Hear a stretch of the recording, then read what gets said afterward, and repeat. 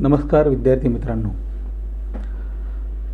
10व्या वर्गात पासून आपण 11व्या वर्गात प्रविष्ट होत आहात आणि आपण त्यासाठी कॉमर्स म्हणजे वाणिज्य ही शाखा निवडलेली आहे. आपण खरंच एक चांगला निर्णय घेतलेला आहे. 11th कॉमर्समध्ये आल्यानंतर आपल्याला भविष्यात इतरही टर्ममध्ये प्रवेश करता येतो, जसं CA, CS, ICWA अशा मोठ्या फील्ड यामधून पण आपल्यासाठी उपलब्ध आहेत. मात्र हे लक्षात ठेवा विद्यार्थी मित्रांनो, जेव्हा आपण इथं 11व्या वर्गात प्रविष्ट होतो त्यावेळेस आपल्याला आपल्या कॉमर्समधल्या सर्व विषयांचं नॉलेज जे आहे ते कदाचित नसतं आहे. त्याचं कारण एक आहे की 10व्या वर्गापर्यंत आपल्याजवळ या विषयांचा गंधही नसतो. आणि जर आपण बघितलं तर कॉमर्समध्ये एकूण तुम्हाला असणाऱ्या 6 विषयापैकी अकाउंटन्सी हे नाव तुम्ही बऱ्याच वेळेस ऐकलेलं असते. आपल्याला त्याच विषयाची माहिती आज इथं घ्यायची आहे. आपण तुम्हाला इथं आज बुककीपिंग अँड अकाउंटन्सी जे 11th स्टँडर्डचं आपलं आहे त्याच्यासाठी थोडं syllabus description, explanation of topic, कारण आत्तापर्यंत तुम्ही या विषयाच्या निगडीत नाही आहेत म्हणून तुम्हाला या विषयापर्यंत नेण्याचं काम करण्यासाठी आपला विषय किती आहे, सध्या त्याची बाउंड्रीज किती आहेत, म्हणजेच त्याचा इंडेक्स काय म्हणतो याची थोडीशी माहिती आपण आज इथे घेणार आहोत.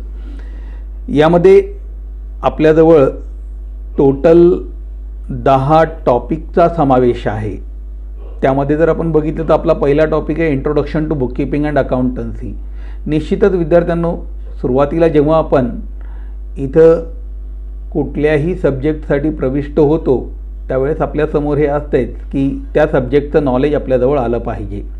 So what include in an introduction to the bookkeeping and accountancy? It is useful to the student to understand the meaning, feature and the importance of the accounting.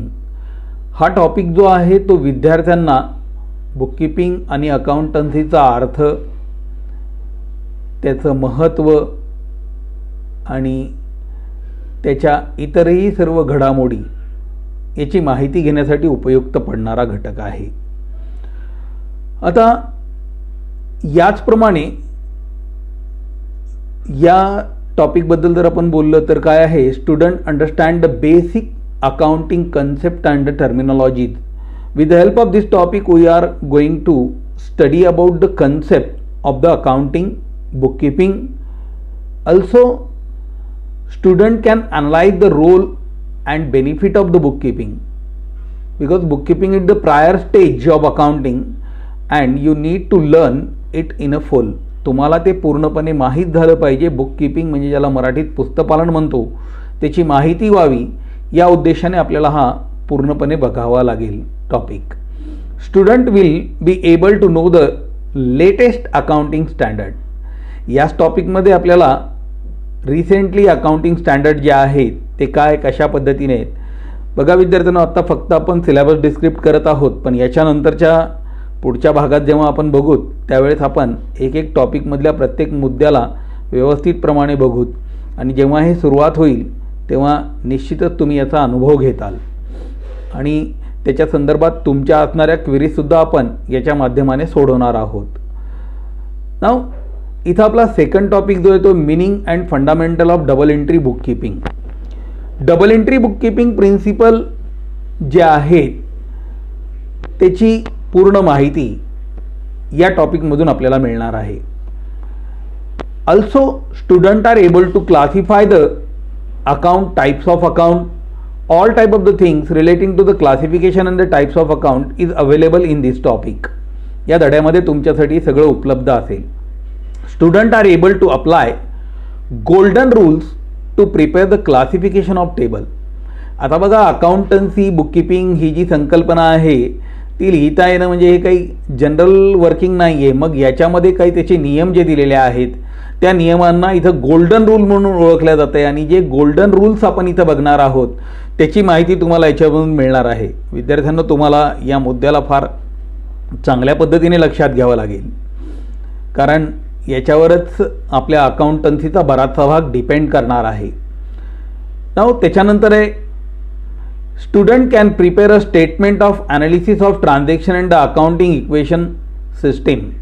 आपल्याला ज्यावेळेस हे गोल्डन रूल्स वगैरे सगळे कळायला लागले ना, त्याच्यानंतर आपल्याला सहजपणे याचं ॲप्लिकेशन, याचं ॲनालिसिस हे लक्षात घेता येऊ शकते. याच्यानंतर आपल्याजवळ तिसरा जो टॉपिक आहे तो आहे जर्नल. जर्नल असं म्हणलं जाते की journal is a heart and mind of the accountancy, कारण की आपल्याला बेसिक रूलच्या माध्यमाने जर्नल जर पास करता आली तर आपण अकाउंटन्सीच्या पूर्ण भविष्यामध्ये कुठेही फिरलो तरी त्या जर्नलच्या माध्यमाने आपल्याला ते पूर्ण करता येते. हा आपला तिसरा टॉपिक असेल. Student are able to prepare the accounting documents. Accounting documents कसे प्रिपेअर करायचे ते तुम्हाला याच्यावरून लक्षात येईल.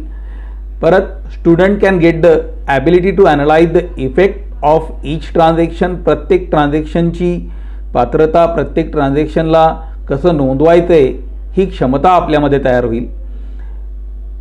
परत जर्नल एंट्रीच्या स्टँडर्ड फॉर्मॅट आणि त्याच्या अरेंजमेंटची आपण यूज टू होऊ ते याच टॉपिकमधून असेल. So also student can calculate the GST on purchase, GST on sale, and they are able to pass the journal entry in a correct form. ज्या योग्य पद्धतीने जर्नल झाली पाहिजे त्याची पूर्ण माहिती आपल्याला या टॉपिकमधून मिळणार आहे. चौथा टॉपिक आपला जो आहे तो रिलेटेड आहे लेजरच्या. बघा, लेजर ही जर्नलच्या नंतरची प्रोसेस आहे, कारण जर्नल, लेजर, ट्रायल बॅलन्स इथं बुक कीपिंग संपत आहे आणि फायनलायझेशन म्हणलं की अकाउंटिंगची बेसिस प्रोसेस आपल्याजवळ सुरू होऊन जाते. लेजर ही सेकंडरी कन्सेप्ट येते. जे आपण जर्नल पास केलेलं आहे ते जर्नल आपल्याला इथं अकाउंट जे म्हणतो ना त्या अकाउंट्समध्ये पोस्टिंग करण्यासाठी याचा उपयोग आपल्याला होत असतो. Student are able to post recording from books of original entry to the ledger.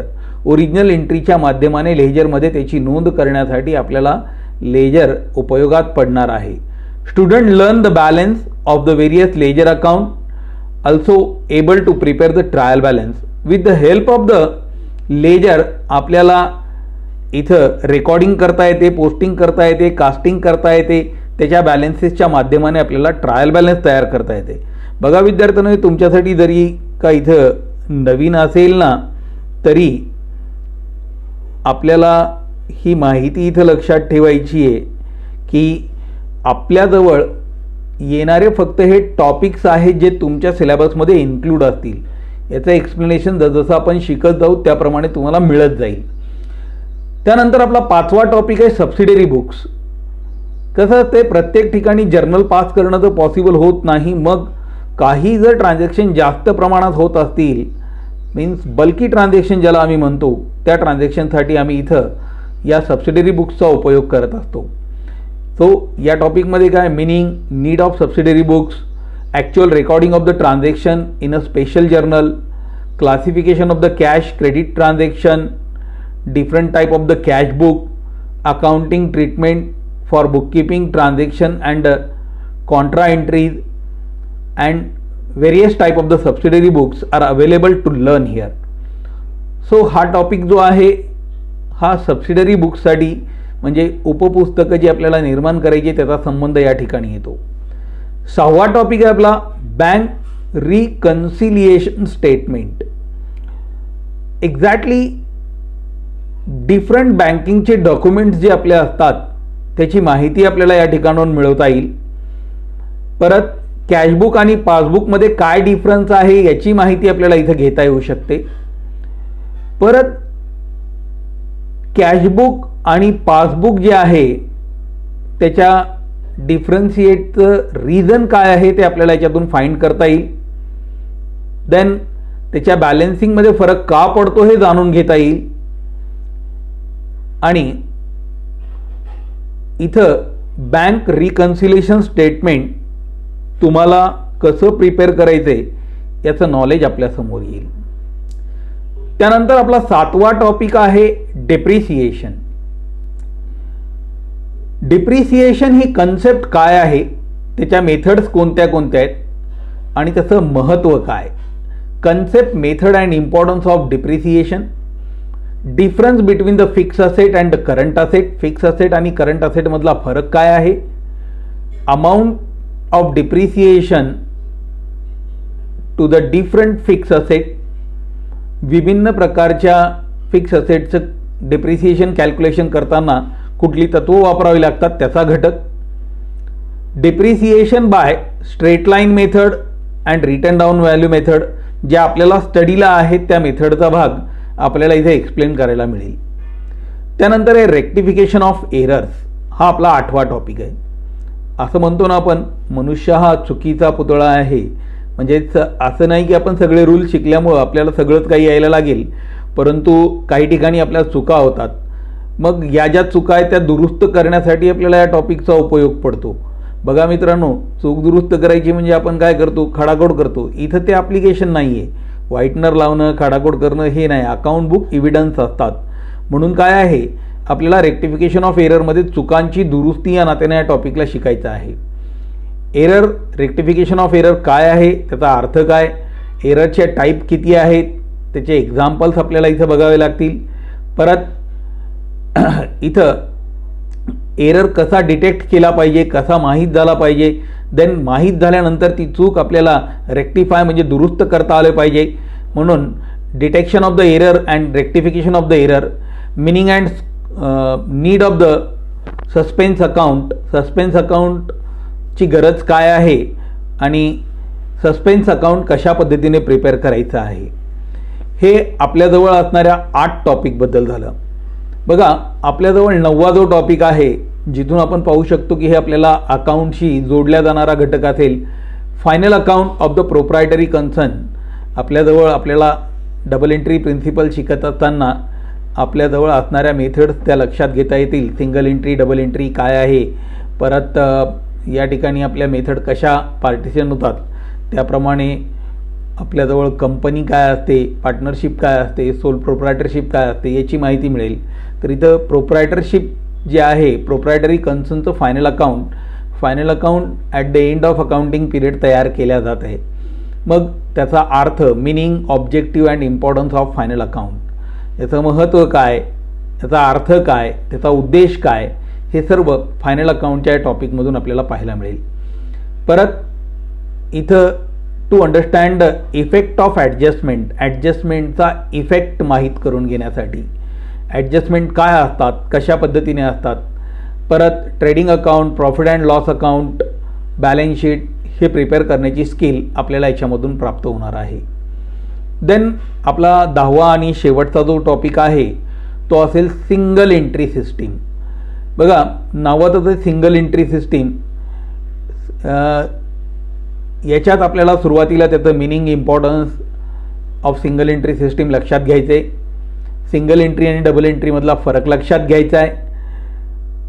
परत इथं opening, closing statement, profit and loss of sole trading concern या सगळ्या बाबी आपल्याला सिंगल एंट्रीच्या या टॉपिकच्या माध्यमाने लक्षात घ्यायच्या आहेत. बघा, आता आपण जर बघितलं तर आपल्याजवळ इथं एकूण या 10 टॉपिकमध्ये आपला सिलेबस पूर्णपणे बाइंडेड असणार आहे. आपण सध्या फक्त या सिलेबसची माहिती तुमच्यासमोर मांडलेली आहे आणि या सिलेबसच्या माहितीप्रमाणे तुमचा हा जो पेपर आहे तो आपल्याला प्रोग्रेस करून न्यायचा आहे. मग याच्यामध्ये तुम्हाला सुरुवात जी राहणार आहे ती पूर्ण सुरुवात आपल्याजवळ असणाऱ्या या बुककीपिंगच्या प्रॉपर बेसिक टॉपिकपासून आपल्याला करावी लागणार आहे. सध्या हा फक्त डिस्क्रिप्शन ऑफ सिलेबसचा मुद्दा होता. आपण याच्या पुढं जो टॉपिक बघणार आहोत तो आपला इंट्रोडक्टरी टॉपिक असेल. सो आपली सुरुवात त्यापासून होईल. So thank you students. कंटिन्यू.